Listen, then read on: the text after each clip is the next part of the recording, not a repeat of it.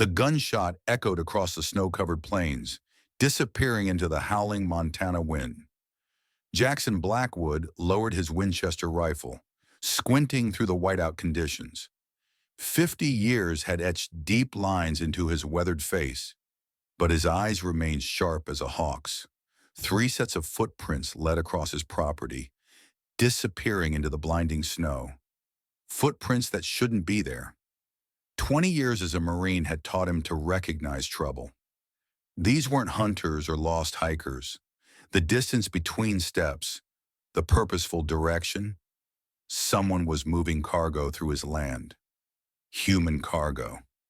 Jackson pulled his sheepskin collar tighter against the biting cold and followed the trail, each breath crystallizing before him. The blizzard was worsening by the minute, temperature plummeting toward 20 below. No one should be out in this weather, which made the tracks all the more suspicious. He left the warmth of his cabin to check on his cattle in the lower pasture. Now as he crested a ridge overlooking a small ravine, something caught his eye. A splash of color against the endless white. Blood, fresh and bright red against the snow. The tracks separated here. 2 sets continued westward. The third veered toward a stand of pines, staggering and uneven. Jackson followed cautiously, rifle at the ready. He found her collapsed against the base of a pine tree, half buried in snow. A young woman, mid-20s perhaps, her thin jacket offering little protection against the merciless cold. Her lips had turned blue, eyelashes frosted. Blood stained the snow beneath her. She'd been shot in the side. As Jackson knelt beside her, her eyes fluttered open, revealing a startling, desperate clarity. "Please," she whispered, her voice barely audible above the wind. "End my pain." Jackson's mind flashed to another time, another place, Iraq, 1991, watching his brothers in arms suffer wounds no man should endure. Her plea hung in the frigid air between them. His hand moved instinctively to his sidearm, the weight familiar against his palm. But as he looked into her eyes, something else stirred within him. Not the battle-hardened Marine, but the man who'd held his wife Margaret's hand through 2 years of cancer treatments, watching helplessly as she slipped away. The man who'd promised her he'd find purpose again. Without a word, Jackson holstered his weapon and gathered the woman into his arms. She weighed almost nothing, a bird with broken wings. He wrapped his heavy coat around her and began the trudge back toward his cabin, leaning into the wind that fought him with every step. "You're not dying today," he muttered, though the words were lost to the howling blizzard. Inside the cabin, warmth from the cast-iron stove enveloped them. Jackson laid the woman on his bed and immediately set to work. His movements were precise, efficient, skills from his days as a combat medic returning instinctively. He cut away the blood-soaked clothing to reveal a bullet wound, through and through, missing vital organs by mere inches. As he cleaned and dressed the wound, the woman drifted in and out of consciousness. The cabin filled with the scent of antiseptic and wood smoke. Outside, night fell early, the blizzard transforming into a wall of impenetrable darkness. Jackson checked her temperature, dangerously low. Hypothermia had set in. He piled extra blankets on her, stoked the fire higher, and prepared an IV from his emergency medical supplies. Military habits died hard. He'd always kept a well-stocked first aid kit. It was past midnight when she finally stirred, eyes opening with a start of panic. "Where?" she began, trying to sit up. "Don't move," Jackson commanded, his voice gentler than his words. "You've lost blood, and your body temperature was dangerously low. You're safe now." Her eyes darted around the cabin, taking in the mounted deer heads on the walls, the worn leather furniture, the gun rack by the door. "Who are you?" she asked, voice raw with fear and exhaustion. "Jackson Blackwood. This is my ranch. Found you half dead in my woods." He handed her a mug of broth. "Drink?" Slowly. She accepted with trembling hands, studying him over the rim of the mug. "Why did you help me?" Jackson turned to the window, watching snow accumulate against the glass. Seemed like the right thing to do. The woman stared at the broth, tears welling in her eyes. My name is Sarah. Sarah Reynolds. She looked up, eyes suddenly sharp with urgency. They'll come looking for me. Victor will send his men. Victor? Victor Harding. He owns the Blackjack Club in Deadwood. Her voice dropped to a whisper. And a lot of other things no one talks about. Jackson pulled up a chair, sensing there was more. Why is he after you? Sarah's hand moved to her side, wincing as she touched her bandaged wound. Because I took something from him, something that could destroy everything he's built. From beneath the blanket, she withdrew a small leather-bound book. His ledger, names, dates, transactions. Girls brought in, where they were sent. Her voice hardened. Evidence of everything he's done. Everything I was forced to be part of.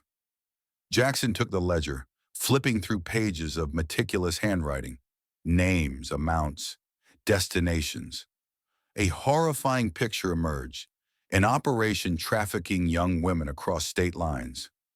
How long were you with him? Jackson asked, closing the book. 2 years. I was a nurse in Rapid City. He offered me a job at his club. Better money, he said. Sarah's laugh was bitter, empty. By the time I realized what was happening, he owned me, took my ID, my phone, said I owed him. A cold fury settled in Jackson's chest, familiar as an old wound. He'd seen this before, in war zones, where the powerful preyed on the vulnerable. He'd sworn an oath once to protect the innocent. Some oaths, he realized, never expired. Jackson moved to the window, scanning the darkness. The men who shot you, they'll track you here when the storm breaks. Victor has connections with the local sheriff, Sarah warned. If they find me, she didn't need to finish. Jackson checked his rifle, then methodically began inspecting and loading his other firearms. The Colt .45 from his service days, the Mossberg shotgun his father had given him. Each weapon represented a chapter of his life, and tonight, perhaps, a new one would be written.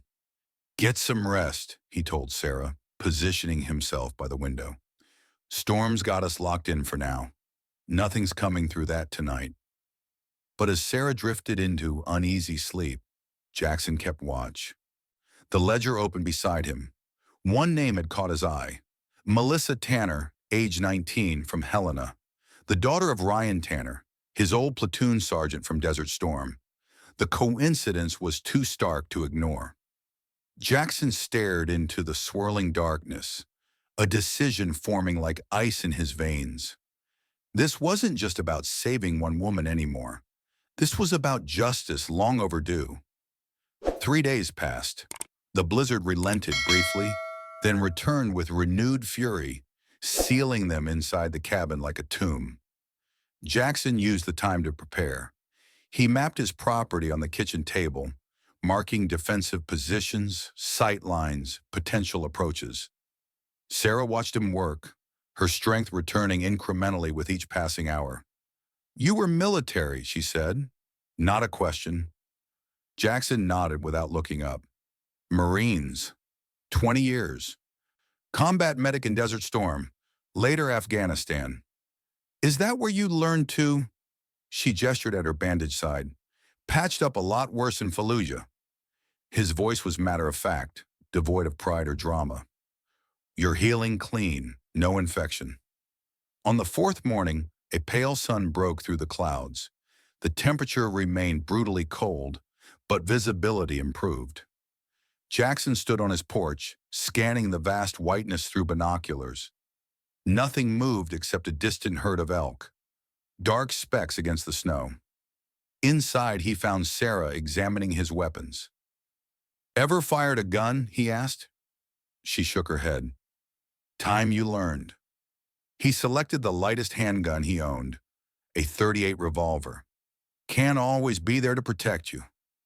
They spent the morning at the table, Jackson disassembling and reassembling the weapon. explaining each component with patient precision. Sarah listened intently, her nurse's attention to detail serving her well. By afternoon, they moved to the barn, where Jackson set up cans on hay bales. Her first shot went wide. The second clipped a can. The third knocked it cleanly off the bale. "Quick learner," Jackson remarked, the closest he'd come to a compliment. "I've had practice adapting," Sarah replied, her eyes never leaving the target as she fired again. "Had to, with Victor."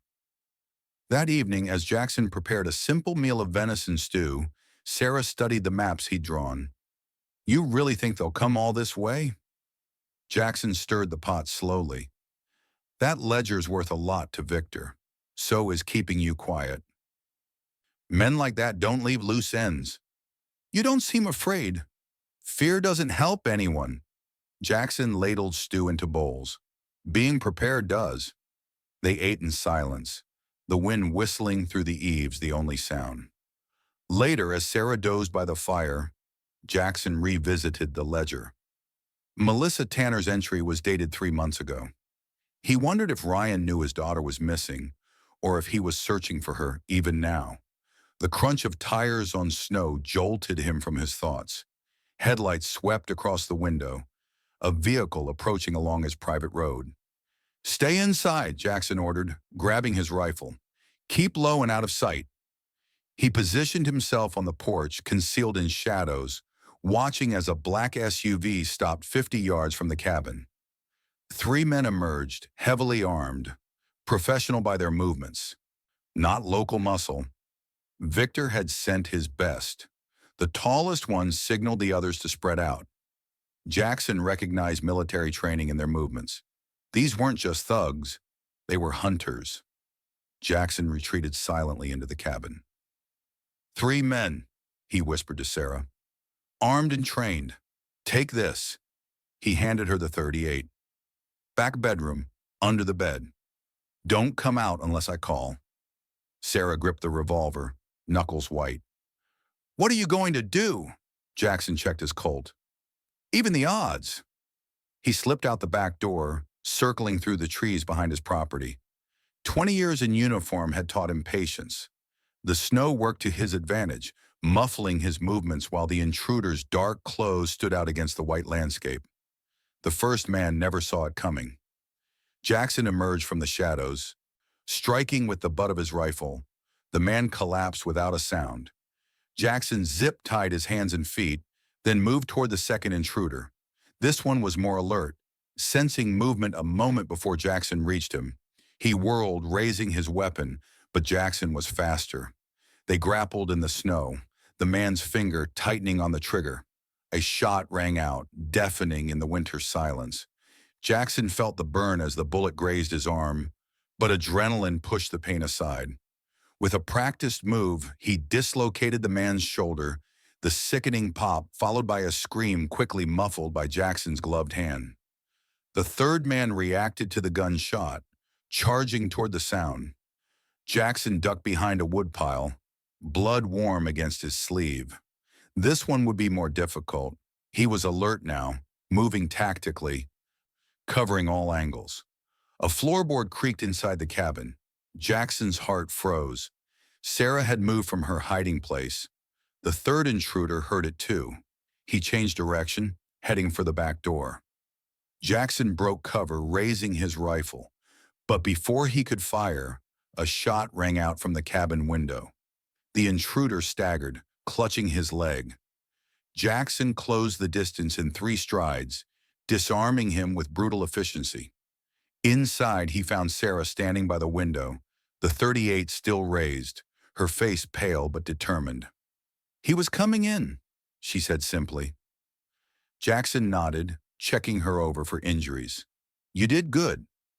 They secured the 3 men in the barn, tied to support posts. The one Sarah had shot needed medical attention. The bullet had shattered his knee. Jackson treated him with the same detached efficiency he'd shown Sarah, neither gentle nor cruel, simply thorough. "Victor sent you," Jackson stated, standing before the 3 captives. The leader, now conscious but sporting a severe concussion, glared up at him. "You have no idea who you're dealing with, old man." "I know enough," Jackson replied, holding up the ledger. "I know about the trafficking, the girls, the money, and I know you shot an unarmed woman and left her to die in a blizzard. That bitch stole from Mr. Harding. She's his property." Jackson's expression didn't change, but something deadly flickered in his eyes. No human being is property. He turned to the man with the shattered knee. "How many men does Victor have?" The man spat blood onto the hay-strewn floor. "Go to hell." Jackson sighed, reaching for his medical kit. "Got morphine here for that knee. Could make things easier." He loaded a syringe, holding it where all three could see. Or harder. It didn't take long for them to talk. Victor had a dozen men on payroll with connections to corrupt officials across 3 states. The operation was bigger than Jackson had imagined. Girls brought in from as far as Mexico and Canada, moved through a network of clubs and motels. "When you don't report back, what will Victor do?" Jackson asked. The leader laughed, a harsh sound in the cold barn. "He'll come himself, and he'll bring everyone." Back in the cabin, Jackson cleaned and bandaged his arm wound while Sarah made coffee. Night had fallen again, stars crystalline in the clear sky. The storm had passed, but a deadlier one approached. "We should run," Sarah suggested, her voice tight. "Take the ledger to the FBI or something." Jackson shook his head. "Victor's got law enforcement connections. We'd never make it off this mountain without them knowing." He studied the maps again. "Besides, running doesn't solve the problem, just postpones it." Sarah set a cup of coffee beside him. "This isn't your fight, Jackson." He looked up at her, then tapped Melissa Tanner's name in the ledger. "Ryan Tanner was my sergeant in Desert Storm. Saved my life in Kuwait." His finger traced the date beside her name. "His daughter's in this book, so yes, it is my fight now." A new voice spoke from the doorway. "Sounds like my fight, too." Jackson and Sarah whirled toward the sound, weapons raised. A man stood in the open doorway, hands raised, snow dusting his shoulders. He was in his 30s, lean and sharp-eyed beneath a wool cap. "Door was unlocked," he explained, keeping his hands visible. "I'm Ray Mitchell. Got caught in the pass when the storm hit. Saw your lights." Jackson kept his gun trained on the stranger. "You picked a bad time to go wandering, friend." Ray's eyes flicked to the bloody bandage on Jackson's arm, then to Sarah's bruised face, the weapons on the table. "Seems like it," he agreed cautiously. "Look, I just need shelter till morning. Then I'll be on my way." Jackson and Sarah exchanged glances. Neither believed in coincidences. "Check him," Jackson ordered. Sarah patted the man down with professional thoroughness, finding a wallet and a hunting knife. She handed both to Jackson, who flipped open the wallet. The ID looked genuine. Raymond Mitchell, Colorado address, hunting license.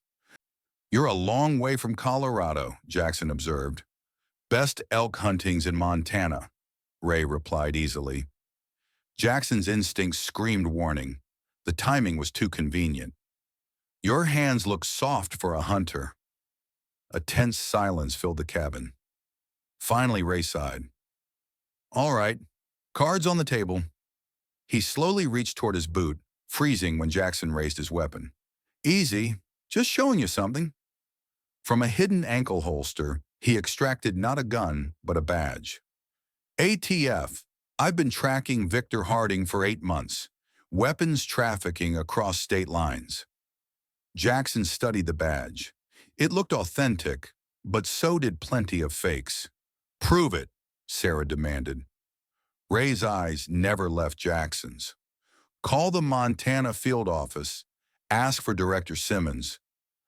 Tell him Agent Mitchell is invoking Protocol Sierra 9. It took 3 calls and an hour of verification before Jackson lowered his weapon. Ray Mitchell was indeed an undercover ATF agent, part of a task force investigating Victor Harding's expanding criminal empire. "Guns, girls, drugs. Harding's diversified," Ray explained, warming his hands around a coffee mug. "We've been building a case, but haven't been able to get close enough. Then our informant inside his organization went dark last week." "Let me guess," Sarah interjected. "Sandra Kelly?" Ray's head snapped up. "You knew her." "She helped me escape, gave me the key to Victor's office." Sarah's voice cracked slightly. "Is she dead?" Ray nodded grimly. "Found her in a ditch outside Deadwood. Made to look like an overdose." Jackson spread the maps across the table, marking new positions. "Victor's men will have reported back by now. We need to be ready." Ray studied the maps, adding his tactical input. "He'll come at dawn. Standard procedure for these operations." "Then we prepare now," Jackson decided. They worked through the night, setting traps around the property, creating choke points and fallback positions. Jackson's military experience, combined with Ray's law enforcement training and Sarah's determination, formed an unlikely but effective team. As the eastern sky began to lighten, they took their positions. Jackson stationed himself on the cabin's roof, rifle ready, with clear sight lines across the approach. Ray concealed himself in the barn, covering the rear. Sarah remained inside the cabin, monitoring a set of walkie-talkies they'd taken from Victor's men. The rising sun painted the snow-covered landscape in shades of gold and pink, nature's beauty a stark contrast to the violence about to unfold. Jackson scanned the horizon through his scope, breath-forming clouds in the frigid morning air. "Dawn patrol," he whispered into his radio. "Right on schedule." 3 vehicles approached along the access road, 2 SUVs and a pickup truck. They stopped just out of rifle range, disgorging men who immediately took cover positions. Jackson counted 8 hostiles, plus 1 man who remained by the lead vehicle, taller than the others, dressed in an expensive coat, issuing orders with sharp hand gestures. Victor Harding had indeed come personally. "Showtime," Jackson muttered, centering his crosshairs on the first approaching figure. The first shot shattered the morning silence, a declaration of war echoing across the snow-covered valley. Jackson's bullet found its mark, striking the lead gunman in the shoulder. A disabling wound, not a killing one. The man dropped and chaos erupted. Victor's men scattered for cover, returning fire with military precision. Bullets splintered wood around Jackson as he rolled to a new position, the old Marine moving with practiced economy despite his 50 years. "Ray, they're splitting up," he called into the radio. 3 heading for the barn." "I see them," Ray's voice crackled back. "Ready." Inside the cabin, Sarah monitored the radio, the .38 revolver clutched in white-knuckled hands. Through the windows, she watched the firefight unfolding across the property. Jackson's lone figure darting between positions, engaging multiple attackers simultaneously. When the first trap triggered, a tripwire connected to a stack of logging chains, the resulting cascade of metal drove 2 of Victor's men into the open. Jackson's rifle barked twice. Both men fell. At the barn, Ray engaged the flanking team. The confined space negated their numerical advantage, forcing them to bunch up as they entered. The first man through the door triggered Jackson's second trap, a pressure plate that dropped a hay bale, momentarily disorienting him. Ray's well-placed shots did the rest. Victor himself remained by the vehicles, directing the assault via radio, face twisted with rage as his advantage eroded. 3 of his men were down, 2 more pinned behind a woodpile. The element of surprise, his surprise, had evaporated. "Enough of this," he snarled, grabbing a rifle from his SUV. "Morgan, Jenkins, with me." The 3 men circled wide around the property, using a drainage ditch for cover. Their target, the cabin's rear entrance, where Sarah waited alone. Jackson spotted the movement too late. "Sarah, back door," he shouted into the radio, but only static answered. Victor's men had found their frequency. Inside, Sarah heard splintering wood as the back door gave way. She ducked behind the kitchen counter as the first intruder entered, firing blindly in her direction. Bullets shattered dishes and punched through cabinets, showering her with splinters. Her hands trembled as she chambered around, memories of Victor's abuse flooding back. The beatings, the threats, the constant fear. For a moment, she was paralyzed. Then something shifted inside her. 2 years of victimhood crystallized into a single point of defiance. She would not be taken again, would not be owned. When the gunman paused to reload, Sarah rose from behind the counter and fired. Her first shot went wide, but the second found its target. The man staggered backward, clutching his chest. Victor himself appeared in the doorway next, eyes widening at the sight of Sarah standing her ground. "You stupid bitch," he spat. "You could have had everything. I made you." Sarah's voice was steady, her aim unwavering. "You broke me. There's a difference." Before either could fire, a massive impact shook the cabin. Jackson had launched himself through the window in a shower of glass, tackling Victor's remaining bodyguard. They crashed into the kitchen table, grappling for control of a combat knife. Victor seized the distraction, lunging towards Sarah with inhuman speed. He knocked the revolver from her hand and wrapped powerful fingers around her throat, driving her backward against the wall. "Where is it?" he hissed, face inches from hers. "Where's my ledger?" Sarah clawed at his hands, vision darkening as her oxygen depleted.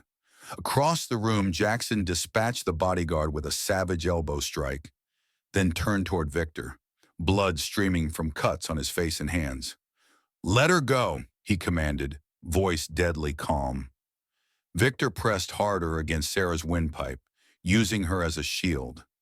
"The ledger first, old man. Then maybe I let her live." Jackson's eyes met Sarah's. Something unspoken passed between them. Trust built through days of shared danger and quiet resilience.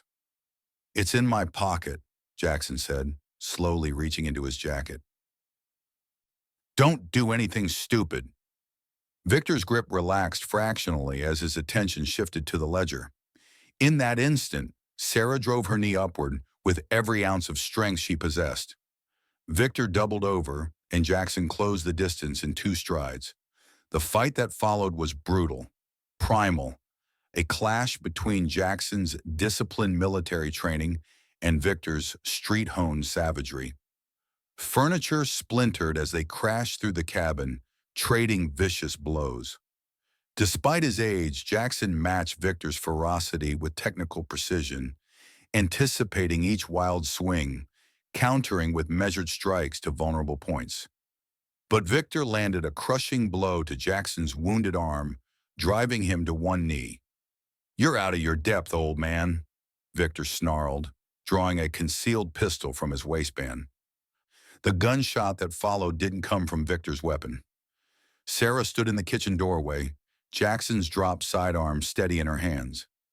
Victor stared down at the spreading red stain on his expensive coat, bewilderment replacing rage in his eyes. "That's for Sandra," Sarah said softly as he collapsed.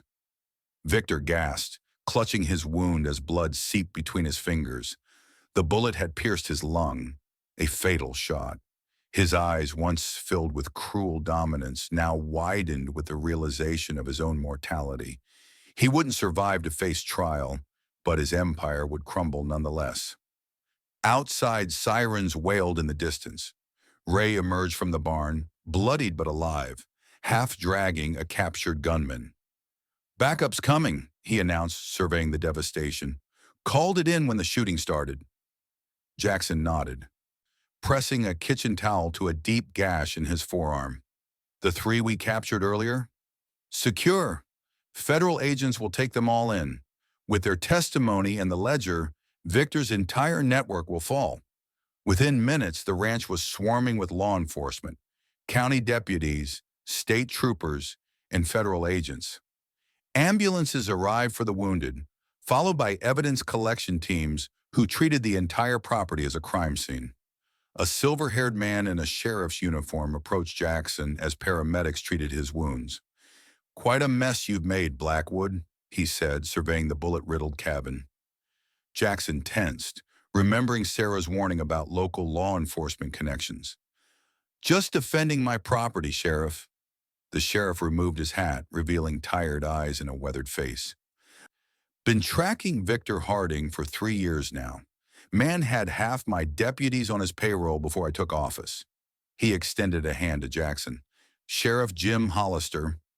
Wish we'd met under better circumstances. Jackson accepted the handshake cautiously. You weren't working with him? Been building a case against him and the corrupt officials in his pocket. Couldn't move until I had solid evidence. Hollister gestured toward a federal agent examining Victor's ledger. Looks like you found what I needed. As daylight faded, Jackson sat on his porch steps, watching federal agents process the scene. Sarah approached, wrapped in a borrowed emergency blanket, hair shining copper in the setting sun. Agent Mitchell says I'll need to testify, she said, settling beside him. Federal protection until the trial. Jackson nodded, eyes fixed on the horizon. Victor's operation was bigger than we thought, going to take time to dismantle it all. They found 3 girls at his club in Deadwood. One of them, Sarah hesitated. One matches the description of your friend's daughter, Melissa. Something lightened in Jackson's chest. Not quite hope, but the promise of it. Good, that's good. They sat in companionable silence as the last light faded from the sky. Tomorrow would bring questions, statements, the grinding machinery of justice. But for now, there was only the peaceful exhale of a day's end. What will you do? Sarah asked finally. After, Jackson surveyed his bullet-riddled cabin, the trampled snow, the lingering evidence of violence. For 20 years he'd hidden here, nursing grief like a wounded animal. Today had awakened something he'd thought long dead, purpose. Rebuild, I suppose, he answered. This place could use some work. Sarah studied him, seeing beyond his gruff exterior to the man beneath. Could use an extra pair of hands. The invitation hung between them, tentative as a first snowflake. Jackson met her gaze, the faintest smile softening his weathered features. Reckon it could at that. A month later, Jackson stood at his property line, watching a government SUV approach along the freshly plowed road. Sarah emerged looking stronger than when he'd last seen her, her eyes clearer, shoulders straighter. Testimony went well, she reported as they walked toward the cabin. Repaired now, with new windows and a reinforced door. 17 indictments so far, including 2 judges and a state senator. Jackson nodded his approval. Melissa, reunited with her family yesterday. She asked me to give you this. Sarah handed him an envelope. Inside, a simple card with 2 words. Thank you. As they reached the porch, Sarah paused, looking out over the snow-covered pasture where cattle graze peacefully. I don't have to go back to protective custody. Case is solid without me now. She turned to him, question unasked but visible in her eyes.